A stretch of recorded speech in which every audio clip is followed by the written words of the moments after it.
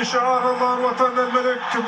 طريق هذه المباراة كرة من نيف أجيرد، نيف ليلعب لويس فانسيري الذي يلعب اليوم مع زكريا بوخلل في الخط الأمامي. بلال الخنوس يوصلها من جانس يحيى عطية الله رسمي في هذه المباراة. يحيى لاعب الوداد يعيدها مجددا للقائد الفعلي في محور خط الدفاع رومان سيس. رومان ينقلها في محور خط الدفاع لنيف أجيرد نجم نادي ويست هام الإنجليزي، واحد من أفضل مدافعي البريمير ليج. حكيم زياش، حكيم الضغط العالي من طرف لاعبي المنتخب البيروفي. البيرو لن يغامر في هذه المباراة. المنتخب البيروفي سيلعب باقتصاد كبير في هذه المباراة، يعلم جيدا قيمة وخطورة العناصر الوطنية وسيبحث عن الظهور بوجه يبعد عن مناصريه ما تابعوه في المباراة السابقة أمام منتخب ألمانيا. كرة من سفيان أمرابات، اللاعب الذي لا يعوض في خط وسط الفريق الوطني. نصير المصراوي يلعب المخلال لنصير، نصير يحاول أن يوصلها لحكيم زياش، لكن تدخل الدفاع البيروفي. حكيم كرة في التماس للعناصر الوطنية. الجمهور اللاتيني والجمهور المغربي لو التقيا معا في نفس الملعب اكيد انه الاجواء تكون يصعب وصفها، ويصعب اننا نقدم لكم ولو شويه من ما نعيشه في ملعب متروبوليتانو في هذه الليله من ليالي مدريد، في هذه الليله من ليالي كره القدم العالميه. ضربة خطأ للمنتخب البيروفي. ميغيل تراوكو زياش، نصير المزراوي لحكيم. منتخب البيرو يضغط دفاعيا، كرة للأمام. زكريا النصير، يلا يا نصير كرتك يا نصير. ويوسف فانسيري وتدخل دفاع المنتخب البيروفي. تضيع فرصة أخرى للفريق الوطني. كان بالإمكان وأننا نتابعوا هدف هذه المباراة للفريق الوطني. عمل كبير من نصير المزراوي. نصير ضير الأيمن الذي يقدم مستويات كبيرة منذ زمن طويل، لم يلعب كرسمي في مكانه الطبيعي كضير أيمن في ظل تواجد أشرف حكيمي. المنتخبات الكبرى يعني كل مركز تجد لاعبين من نفس المستوى، هذا يخلي وليد يتعامل بحسم مع كل الاختيارات الفنيه المتاحه امامه. جماهير منتخب البيرو تساند منتخبها في هذه المباراه، والجماهير المغربيه تدعم اسودها، تقف وراء منتخبها، تقف وراء اولادها، تقف وراء مبدعيها في هذه المباراه هنا في سيفيتاس متروبوليتانو. المنتخب البيروفي من ريناتو تابيا من جديد سانتا ماريا.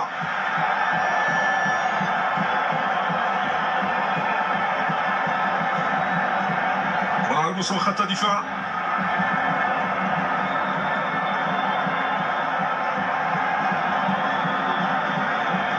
سانتا ماريا للمنتخب البيروفي. منتخب البيرو ادفينكولا معزول تماما في الخط الامامي. طلب متواصل للكره من ادفينكولا، تتحول الكره من جديد. لابادولا والاخر معزول تماما. كره من جديد للفريق الوطني. حكيم هذا الزمان، حكيم في خط الوسط. حكيم لنيف أجيرد. نيف يبحث عن انطلاقه نصير، فضل انه يلعبها مره اخرى للجري اسرائيل. سفيان امرابات، سفيان يحيى عطية الله، يحيى عطية الله. عبد الصمد الزلزولي لكن لا يتسرع تماما في الكرات مثل هذه. عبد الصمد الزلزولي لحكيم زياش نحو سفيان امرابات. حكيم كره من ياسين بولو، ياسين لحكيم زياش، تتحول من جديد للفريق الوطني من نصير المصراوي. نصير زكريا بوخلل، نصير المصراوي يكون خطا، والحكم ما فضلش انه يمنح امتياز في الكره الماضيه. تعود الكره من جديد للفريق الوطني. سفيان امرابات، سفيان ينقل الكره لنيف أجيرد للفريق الوطني. زياش نايف جارد تصل الكرة من جديد لحكيم لزكريا بوخلال طلب الكرة من زكريا بوخلال يلحق الكورتو والكرة تتحول في التماس للفريق الوطني رغم تدخل المدافع البيروفي. تماس للفريق الوطني زكريا بوخلال.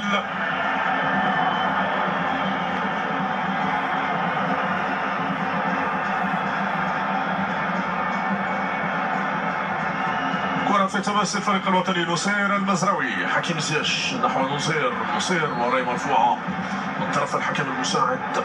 كرة تتحول من جديد لمنتخب البيرو. دقيقة الجولة الثانية تمر بسرعة.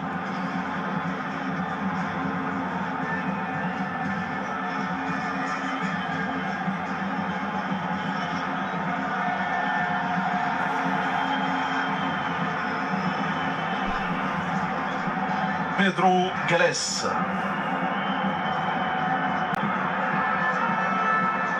كرة للفريق الوطني رومان سيس.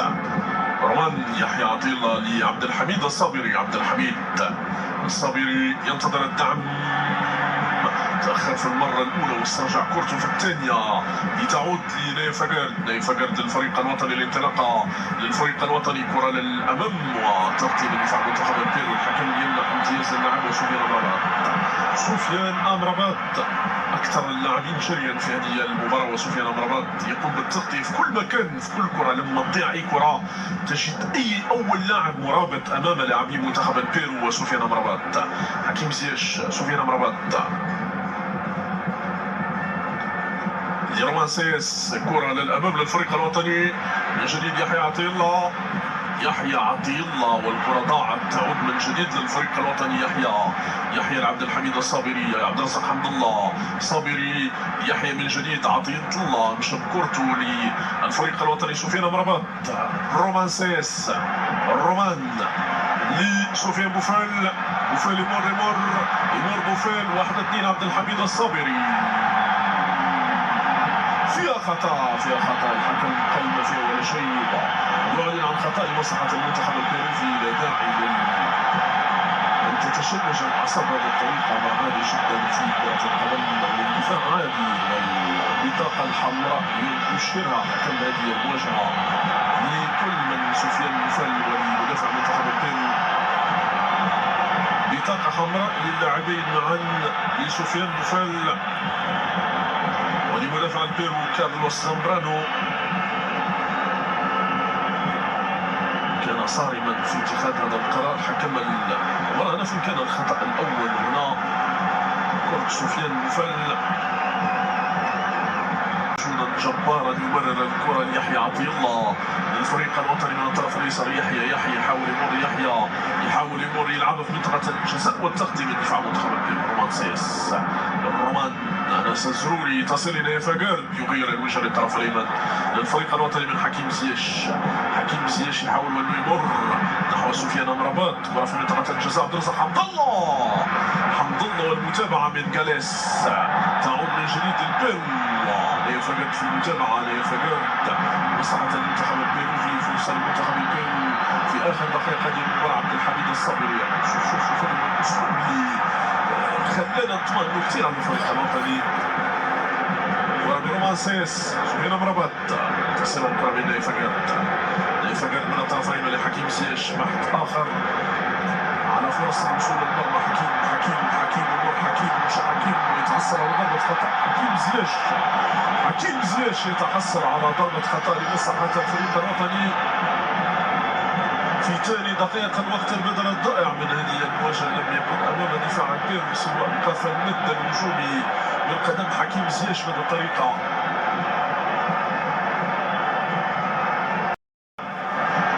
فرصة للفريق الوطني. محاولة للوصول للمرمى. توقيع الهدف الأول في هذه المباراة أمام منتخب البيرو الذي يقبل اللعب منذ أولى دقائق هذه المباراة. زياش في تنفيذ الخطأ. حكيم زياش. كرة ثابتة للفريق الوطني. زياش في التنفيذ. صعود اللاعبين طوال القامة. الكرة تسدد لكن تتحول ضربة سامية للفريق الوطني، ممكن اعتبارها آخر فرصة في هذه المباراة ككل. آخر فرصة، والأسد يصدح بأعلى صوتي في المدرجات.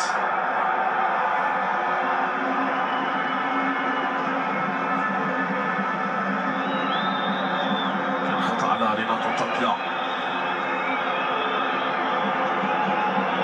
والكرة تتحول من جديد لمنتخب البيرو.